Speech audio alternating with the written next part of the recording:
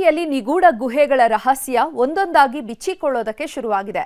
ಕಪ್ಪತಗುಡ್ಡದ ಬೆನ್ನಲ್ಲೇ ನಾಗಾವಿ ಯಲ್ಲಮ್ಮನ ಗುಡ್ಡದ ಗುಹೆಯ ಮೇಲೆ ಎಲ್ಲರ ಕಣ್ಣು ಬಿದ್ದಿದೆ. ಸಿದ್ಧರ ಕಾಲದ ಸಂಪತ್ತಿನ ಬಗ್ಗೆ ಊರಿನ ಅಚ್ಚರಿಯ ಮಾಹಿತಿ ಬಿಚ್ಚಿಡ್ತಿದ್ದಾರೆ. ಕೈಗೆ ತಪ್ಪಿ ತಂದು ಒಳಗೆ ಹೋಗೋದು ನಾವು ಬಾವ್ಯಾಗ ಒಳಗೆ ಹೋಗಿ ಅದರಿಂದ ಇವಂಗೆ ದಿಗ್ಬಂಧನ ಆಗ್ಬಿಟ್ಟತ್ರಿ.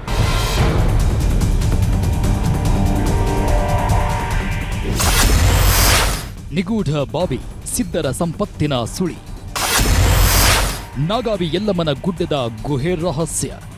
ಲಕ್ಕುಂಡಿಯಲ್ಲಿ ಊಹೆಗೂ ನಿಲುಕದಂತ ವಿಸ್ಮಯಗಳು ಸೃಷ್ಟಿಯಾಗುವುದಕ್ಕೆ ಶುರುವಾಗಿದೆ. ಬಂಗಾರದ ನಿಧಿ ಸಿಕ್ಕ ದಿನದಿಂದಲೂ ಒಂದಲ್ಲೊಂದು ರಹಸ್ಯಗಳು ಬಿಚ್ಚಿಕೊಳ್ಳೋದಕ್ಕೆ ಆರಂಭವಾಗಿದೆ.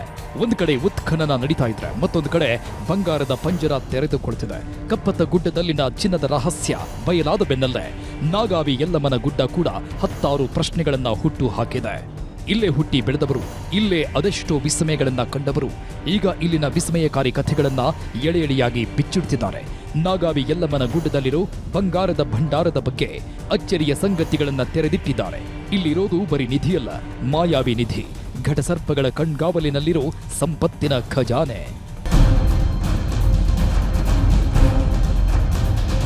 ಲಕ್ಕುಂಡಿ ಅನ್ನೋದು ಬರೀ ಊರಲ್ಲ, ರಾಜ ಮಹಾರಾಜರು ಆಳಿದ ರಾಜಧಾನಿ. ಒಂದು ಕಾಲದಲ್ಲಿ ಇಂದ್ರನ ಅಮರಾವತಿಯನ್ನೇ ನಾಚಿಸುವಂತ ಸಂಪತ್ತು ಇಲ್ಲಿತ್ತಂತೆ. ಯಾಕಂದ್ರೆ ಕಪ್ಪತ್ತ ಗುಡ್ಡದಲ್ಲಿ ಸಿಕ್ತಿದ್ದ ಬಂಗಾರದ ನಿಕ್ಷೇಪವನ್ನ ಇಲ್ಲಿಗೆ ತಂದು ಚಿನ್ನದ ನಾಣ್ಯ ಮಾಡ್ತಿದ್ರು. ಇದೇ ಕಾರಣಕ್ಕೆ ಲಕ್ಕುಂಡಿಯಲ್ಲಿ ಟಂಕಸಾಲೆ ತಲೆ ಎತ್ತಿದ್ದು. ಇಲ್ಲಿದ್ದ 7 ಕೊಪ್ಪರಿಗೆಯಷ್ಟು ಬಂಗಾರ ಭೂಗರ್ಭದ ಅಡಿ ಸೇರಿದೆಯಂತೆ. ಇದೇ ಬಂಗಾರ ಈಗ ಎಲ್ಲರ ನಿದ್ದೆಗೆಡಿಸಿರೋದು. ನಿಧಿಯ ಹಿಂದೆ ಬಿದ್ದಿರೋ ಸರ್ಕಾರ ಲಕ್ಕುಂಡಿಯಲ್ಲಿ ಅಗೆದು ಬಗೆದು ಹಾಕ್ತಿರೋದು. ಆದ್ರೆ ಒಂದೇ ಒಂದು ಚಿನ್ನದ ಚೂರು ಸಿಕ್ಕಿಲ್ಲ. ಆದ್ರೆ ನಿಗೂಢ ಗುಹೆಗಳ ರಹಸ್ಯ ಮಾತ್ರ ದಿನದಿಂದ ದಿನಕ್ಕೆ ಬಿಚ್ಚಿಕೊಳ್ತಾನೆ ಇವೆ. ಇದು ನಾಗಾವಿ ಗ್ರಾಮದಲ್ಲಿರೋ ಯಲ್ಲಮ್ಮನ ಗುಹೆ. ಈ ಗುಹೆಯಲ್ಲಿ ಅಪಾರ ಸಂಪತ್ತು ಅಡಗಿದೆ ಅಂತ ಇಲ್ಲಿನ ಜನ ಮಾತಾಡ್ತಿದ್ದಾರೆ. ಆ ಗವಿ ಒಳಗೆ 7 ವರ್ಷ ನೂಲಿ ಬಿಟ್ರ ಲಕ್ಕುಂಡಿ ಬಾಯಾಗ ಹೋಗತ್ತೀರಿ. ಒಂದು ನಿಂಬೆ ಹಣ್ಣು ಬಿಟ್ರು ಲಕ್ಕುಂಡಿ ಬಾಯಾಗ ಹೇಳ್ತಾ ಜಗ್ಗತ್ತಂತ್ರಿ. ಬಂಗಾರ ಬೆಳ್ಳಿ ಸಾಕಷ್ಟು ಇತ್ತಂತ. ಅದು ನಮಗರ ಏನು ಗೊತ್ತಾಗ್ಬೇಕ್ರಿ, ಅವರು ಹಿಂದೆ ಹಿರಿಯರು ಹೇಳ್ತಿದ್ರಲ್ಲ, ಕೇಳ್ತಿದ್ವಿ. ಈ ಗುಡ್ಡದ ತುದಿಯಲ್ಲೊಂದು ಬಾವಿ ಇದೆ. ಈ ಬಾವಿಯಲ್ಲಿ ದಾರ ಬಿಟ್ಟರೆ ಲಕ್ಕುಂಡಿಯಲ್ಲಿರೋ ಬಾವಿಯಲ್ಲಿ ಪ್ರತ್ಯಕ್ಷವಾಗುತ್ತಂತೆ. ಇಲ್ಲಿರೋ ಬಾವಿಗೂ ಲಕ್ಕುಂಡಿಯಲ್ಲಿರೋ ಬಾವಿಗೂ ಸಂಪರ್ಕವಿದೆಯಂತೆ. ಸುಮಾರು ವರ್ಷದ ಹಿಂದೆ ಇದೇ ಗುಹೆಯಲ್ಲಿ ಸಿದ್ಧರು ವಾಸ ಮಾಡ್ತಿದ್ರಂತೆ. ಆಗ ಇದೇ ಬಾವಿ ನೀರಲ್ಲಿ ದೀಪ ಉರಿಸುತ್ತಿದ್ದರಂತೆ. ಇದನ್ನೆಲ್ಲ ಇಲ್ಲಿನ ಜನ ಕಣ್ಣಾರೆ ಕಂಡಿದ್ದಾರಂತೆ.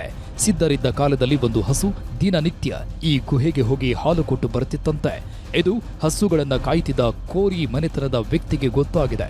ಇದನ್ನ ಪರೀಕ್ಷೆ ಮಾಡುವುದಕ್ಕೆ ಅಂತ ತಾನೂ ಗುಹೆಯೊಳಗೆ ಹೋಗಿದ್ದಾನೆ. ಆಗ ಅಲ್ಲಿದ್ದ ಸಿದ್ಧರನ್ನ ನೋಡಿ ತಾನೂ ಅಲ್ಲೇ ಇರ್ತೀನಿ ಎಂದಿದ್ದಂತೆ. ಅಂದು ಗುಹೆಯೊಳಗೆ ಉಳಿದವ ಸುಮಾರು 20 ವರ್ಷ ಎಲ್ಲೂ ಬಂದಿರಲಿಲ್ಲ. ಒಮ್ಮೆ ತಾಯಿಯನ್ನ ನೋಡುವ ಆಸೆಯಾಗಿ ಸಿದ್ಧರ ಅನುಮತಿ ಪಡೆದು ಹೊರಬರ್ತಾನೆ. ಆದ್ರೆ ಮನೆಗೆ ಹೋಗ್ತಾ ಇದ್ದಂತೆ ಯಾರೂ ಗುರುತು ಹಿಡಿದಿಲ್ಲ. ಊರಿನವರು ಕೂಡ ಗುರುತು ಮಾಡಲ್ಲ. ತಾನೆಲ್ಲಿದ್ದೆ, ಗುಹೆಯೊಳಗೆ ಏನು ಮಾಡ್ತಿದ್ದೆ ಅನ್ನೋದನ್ನೆಲ್ಲ ಹೇಳಿದ್ರೂ ಯಾರೂ ಒಪ್ಪೋದಕ್ಕೆ ರೆಡಿ ಇರಲಿಲ್ಲ. ಇದರಿಂದ ನೊಂದವ ಮತ್ತೆ ಗುಹೆಯೊಳಗೆ ಸೇರ್ತಾ ಇದ್ದಂತೆ ಮತ್ತೆಂದೂ ಕಾಣಲೇ ಇಲ್ವಂತೆ.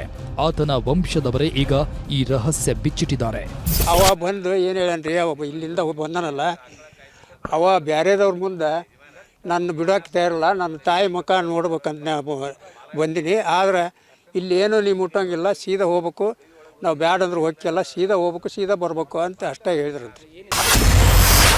ಯಲ್ಲಮ್ಮನ ಗುಡ್ಡಕ್ಕೂ ಘಟ ಸರ್ಪಕ್ಕೂ ಇದೆ ಸಂಬಂಧ. ನಾಗಾವಿ ಯಲ್ಲಮ್ಮನ ಗುಡ್ಡದ ಗುಹೆಯಲ್ಲಿ ಅಪಾರ ಚಿನ್ನ ಇದೆ ಅಂತ ಊರಿನವರು ಮಾತಾಡ್ತಿದ್ದಾರೆ. ಸುಮಾರು ವರ್ಷದ ಹಿಂದೆ ಈ ಗುಡ್ಡದಲ್ಲಿ ಕಲ್ಲು ಒಡಿತಿದ್ರಂತೆ. ಒಂದು ದಿನ ಕಲ್ಲು ಒಡೆಯುವಾಗ ಘಟ ಸರ್ಪವೊಂದು ಕಾಣಿಸಿಕೊಂಡಿತ್ತಂತೆ. ಅವತ್ತೇ ಕೊನೆ. ಈ ಊರಿನ ಯಾರೊಬ್ಬರು ಇಲ್ಲಿ ಕಲ್ಲು ಒಡೆಯಲ್ಲ, ಈ ಗುಡ್ಡದ ಕಲ್ಲಿನ ಸಹವಾಸಕ್ಕೂ ಹೋಗಲ್ಲ. ಇದು ಇಂದು ನೆನ್ನೆ ಹುಟ್ಕೊಂಡಿರೋ ಕಥೆಯಲ್ಲ, ಇಲ್ಲಿನ ಜನರೇ ನೋಡಿರೋ ಸತ್ಯ ದರ್ಶನವಂತೆ. ಸಿದ್ಧರ ಭೂಮಿ ಅಂತಕ್ಕಂಥದ್ದು ಹೆಸರು ಬರ್ಬೇಕಂದ್ರೆ ಇಲ್ಲಿ ಸಿದ್ಧರು ವಾಸ ಆಗಿ ಆ ಭಜನೆ ಮಾಡೋದು, ಆಮೇಲೆ ಜಾಗಟೆ ಬಾರಿಸೋದು, ಶಂಕನಾದ ಕೇಳಿ ಇಡೀ ಊರಿಗೇನೆ ಕೇಳ್ತಿದ್ರು. ಒಟ್ಟಿನಲ್ಲಿ ದಿನಕ್ಕೊಂದರಂತೆ ನಿಗೂಢ ಗುಹೆಗಳು ಪ್ರತ್ಯಕ್ಷವಾಗ್ತಿತ್ತು. ಎಲ್ಲದರ ಸುತ್ತವೂ ನಿಧಿ ರಹಸ್ಯವೇ ಅಡಗಿ ಕೂತಿದೆ. ಸಂತೋಷ್ ಕೊಣ್ಣೂರ್, ನ್ಯೂಸ್ 18 ಗದಗ್.